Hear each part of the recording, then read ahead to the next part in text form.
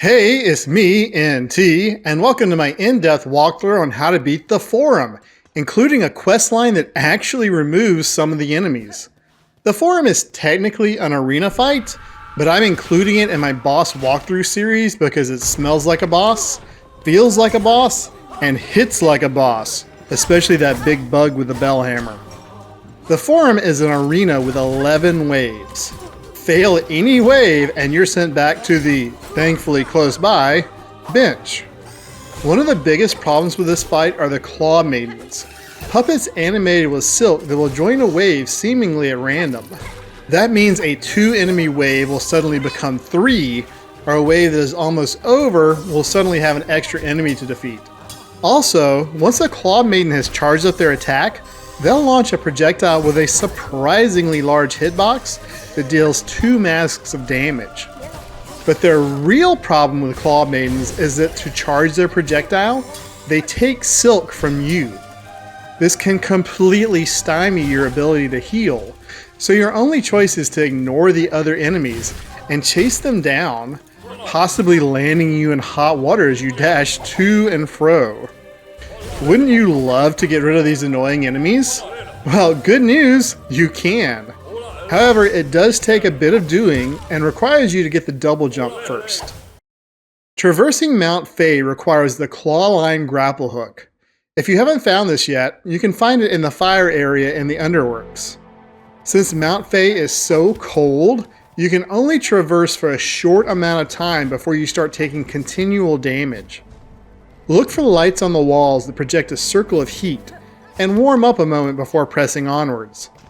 It might seem like you need mad platforming skills to make it through this area, but most of the platforming is really just puzzles, where you have to figure out where to go next. For Mount Fae, you want to totally rely on Clawline. In fact, pretend like you don't even have the air dash, because it throws off your placement.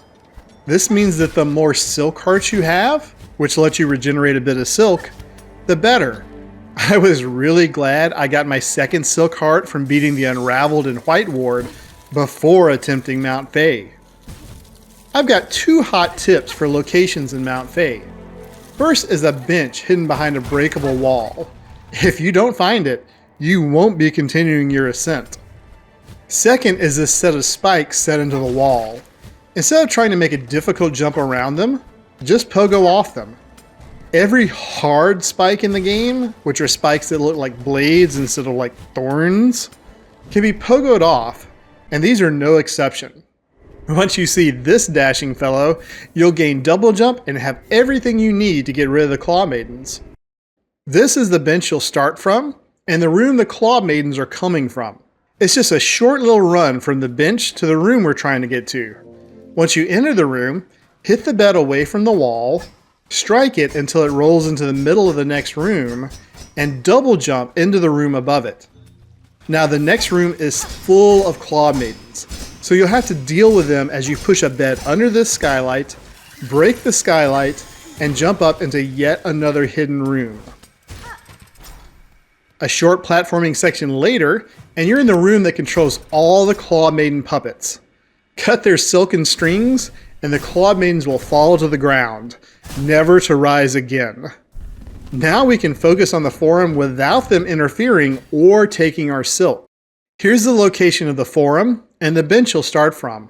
Now, for this fight, I recommend the Architect's Crest with the 3-fold pin and the thumbtacks. For blue tools, I recommend the Fractured Mask, the Weave Light, and the Multibinder. And for yellow tools, the pretty standard compass, Ascendant's Grip, and Magnetite Brooch. The general strategy here is to aggressively attack with fast strikes. Since we're using the Architect Crest, try to get close to the enemy so the drill attacks will hit more than once, but don't try to pogo because the attack range is so short. The Architect Crest has the best charge attack in the game, but you probably won't have time to charge it during the Forum, since as soon as one wave ends, the next begins, and during the waves you're better off focusing on dodging and landing hits than trying to charge an attack. Here's how I think you should handle each wave. Feel free to take targets of opportunity as they come, and if you need to heal, jump off the wall and bind as high in the air as possible. Wave 1 is a reed, an envoy, and a chorister.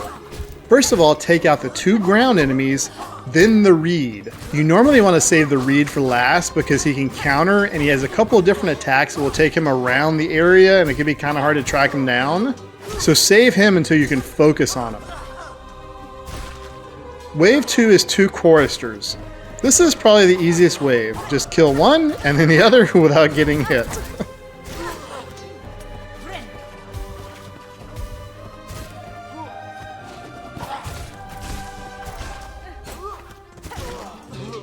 Wave 3 is a reed and a choir bell bearer. Now in these waves you always want to prioritize bell bearers as their bouncing projectiles can make dodging very difficult.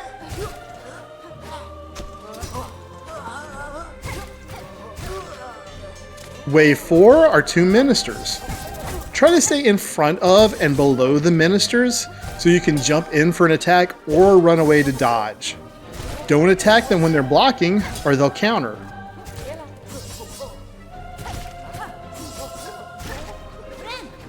Wave 5 are 2 maestros. Pick a maestro, stay under them, and jump and attack while dodging their cogflies. If they start their circling attack, move away. Try to kill one quickly, and then you can take your time on the second one.